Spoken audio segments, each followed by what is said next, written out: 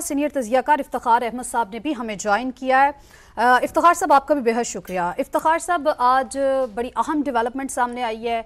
General retired फैज़ हमीद के खिलाफ कार्रवाई की गई, उनको फौजी तहवील में लिया गया, फील्ड जनरल कोर्ट मार्शल जो है वो शुरू किया गया। देखा जाए तो आर्मी के अंदर भी बड़ा स्ट्रॉन्ग मैकेनिज्म है वहाँ पर अकाउंटेबिलिटी का, लेकिन कुछ तो संगीन नौयत के वाक़यात होंगे या स्ट्रॉन्ग एविडेंस मौजूद होंगे जिनकी बिना पर यह कार्रवाई शुरू की गई है। क्या कहेंगे साहब? कह रहे हैं कि बगैर सॉलिड जो चीजें हैं उनके खिलाफ सबूत ऐसी कार्रवाई शुरू हो सकती नहीं।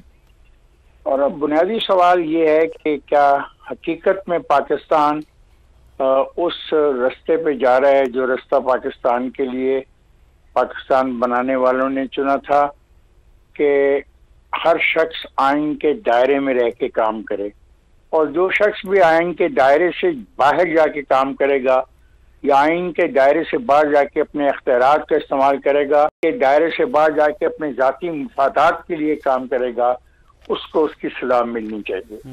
ये वाकया छोटा वाकया नहीं है।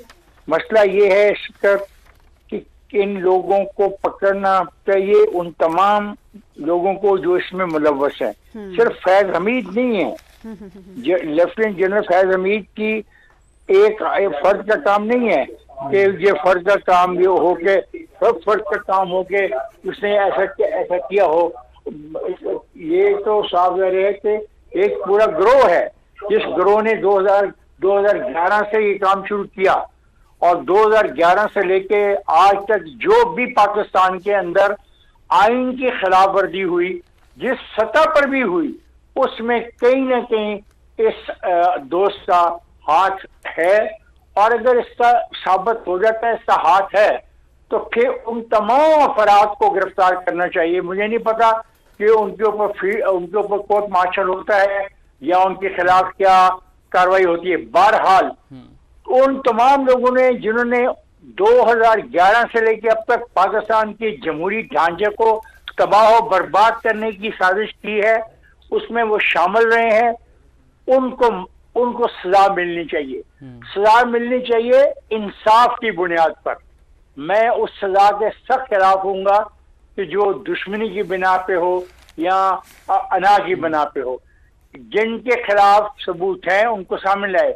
और हम तमाम वो जो लोग मीडिया से ताल्लुक रखते हैं, जो ये कहते रहे, जो इनके साथी बने और उन्होंने इस मुल्क के अवाम को एक ज़हनी खुलजान में मुब्तला कर दिया, उन्होंने इस पूरी कौम को बेवकूफ बनाने की कोशिश की, और उन्होंने कहा कि इन लोगों के जो लोग मुखालिफ हैं वो चोर हैं, बदमाश हैं, फ्रॉड करते हैं।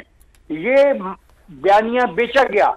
इस बयानिया ने पाकिस्तान की नौजवान नस्ल को तबाह बर्बाद कर दिया। उनके जहनों को इस काबिल नहीं रहने दिया कि वो एक इंसाफ के साथ सोच के फैसला कर सके। तो ये छोटी बात नहीं है। अगर फैज हमीद के खिलाफ सबूत हैं, साबित हो गए हैं, तो फिर ये फैज हमीद तक बात नहीं रहनी चाहिए। फिर इस मामले को 2011 से शुरू करना चाहिए, और फिर ये देखना चाहिए 2014 को कौन लेके आया, किसने सी पैक के रास्ते में रुकावट डालने की कोशिश की, और उनके मकासद क्या थे, वो चाहते क्या हैं। क्या वो पाकिस्तान से दोस्ती का वादा कर सकते हैं? क्या वो पाकिस्तान के दोस्त हो सकते हैं? कतई तौर पे नहीं हो सकते। मैं समझता हूँ लेकिन फिर मैं एक दफा कहूंगा, इंसाफ के तमाम तकाज़ों को पूरा करते हुए इनको भी मौका दिया जाए कि ये अपनी सफाई पेश करें, लेकिन इनके साथ जो लोग शामिल हैं वो भी उन सजा के मुस्तहिक हैं, वो भी इसी सजा के मुस्तहिक हैं। ठीक है इफ्तिखार साहब, साथ ही रहेगा आपकी जो है मजीद भी आपसे हम बात करते हैं। राजा खालिद साहब माहिर कानून है, उन्होंने भी हमें ज्वाइन किया है। अबसार आलम साहब भी हमारे साथ मौजूद हैं। राजा खालिद साहब, आपको खुशामदीद कहते हैं। सर बताइएगा, अब कानूनी तौर पर यह मामला किस तरीके से आगे बढ़ेगा, और फील्ड जनरल कोर्ट मार्शल जो हुआ है उसके बाद क्या अपने डिफेंस का जो हक है वो किस तरीके से इस्तेमाल कर सकते हैं, और ये मामला अब किस तरीके से आगे जाएगा? जी देखिए, फील्ड जनरल कोर्ट मार्शल अभी नहीं हुआ, अभी तो इंक्वायरी हुई। इंक्वायरी में इज फाउंड गिल्टी, ठीक हो गया। तो इसमें अब कोर्ट तश्कील दी जाएगी, कोर्ट कंस्टिट्यूट की जाएगी, उसमें उनका ट्रायल होगा, कोर्ट मार्शल होगा उनका, और कोर्ट मार्शल को अगर कन्विक्शन होती है तो वो असेल करेंगे before the military appellate court.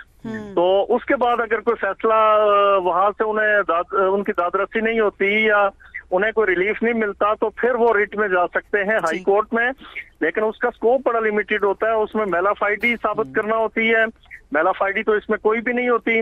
और दूसरा विदाउट जुरिस्डिक्शन के जिस अदालत ने अख्तियार को इस्तेमाल किया या ट्रायल किया तो उसके पास ये अख्तियार समात नहीं था, उसकी जुरिस्डिक्शन नहीं थी।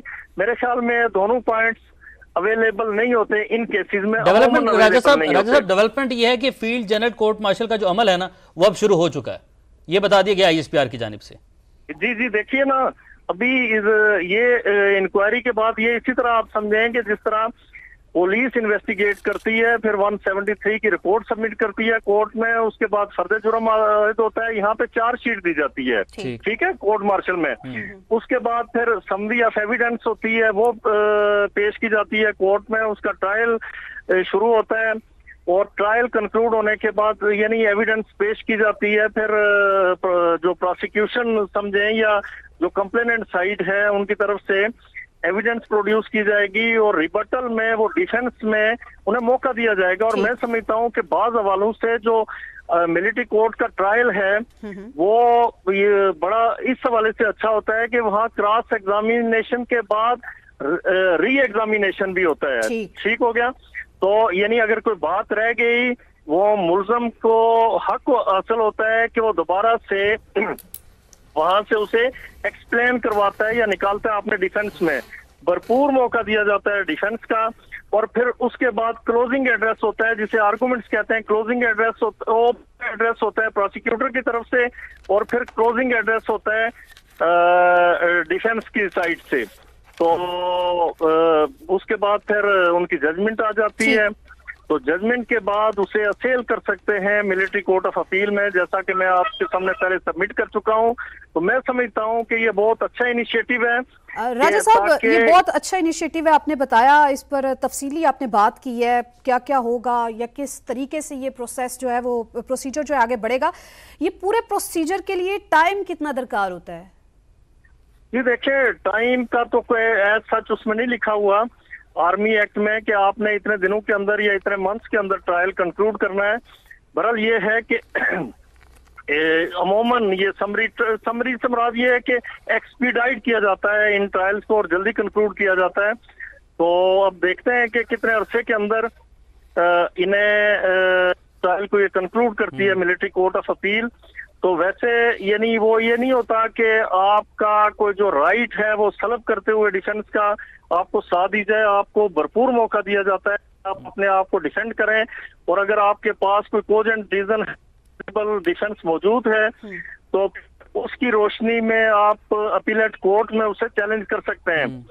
तो इनिशिएटिव के हवाले से आपने पूछा था, ये बड़ा अच्छा है इस हवाले से, ताकि मुल्क और इस कौम का एतमाद अदारे पे भी बढ़े। तो कौम के एतमाद के लिए आपने कहा कि आपका ये कहना कि इंतहाई जरूरी इकदाम था।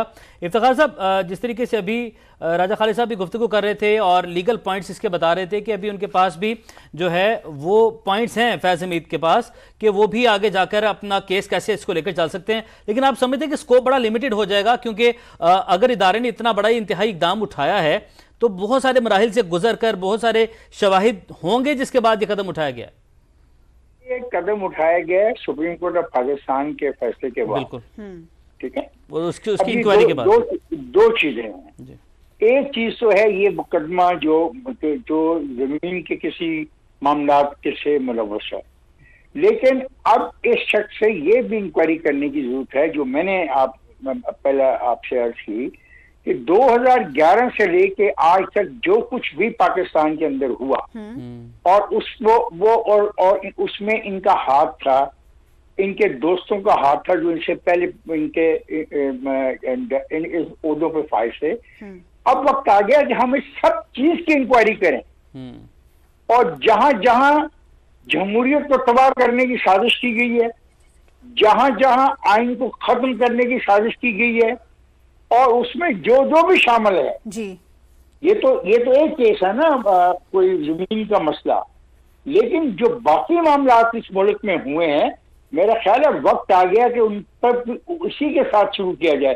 देखें, इस वक्त खैबर पख्तूनख्वा में ये इल्जाम है मुबैना तौर पे कि इन दोस्तों की बिना पे इस अपना फैज हमीद और इनके साथियों की बिना पर वहां पे हजारों वापस लोग लाए गए जो पाकिस्तान से जा चुके थे, जो पाकिस्तान के दुश्मन थे, जिनको पाकिस्तान की वहां की अदालतों ने सजाएं सुनाई थी।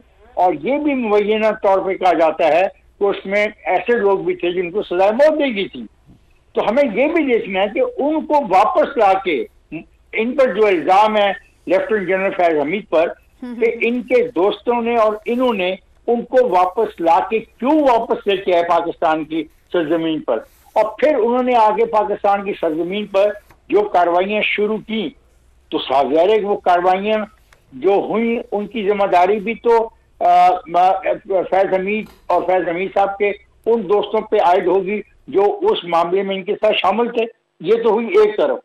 दूसरी तरफ है कि पूरे के पूरे ढांचा जो था मीडिया का, इसमें खास किस्म की बयानियां बनाने के चक्कर में जो कोशिश की गई, जिसकी बिना पे नौजवानों को शामिल किया गया और उनकी ऐसी तरबियत की गई कि वो असूलों से दूर हट गए और वो एक गिरोह के साथ चिपक गए और उन्होंने कहा कि सिर्फ वही लोग दुरुस्त हैं और बाकी पाकिस्तान के रहने वाले तमाम लोग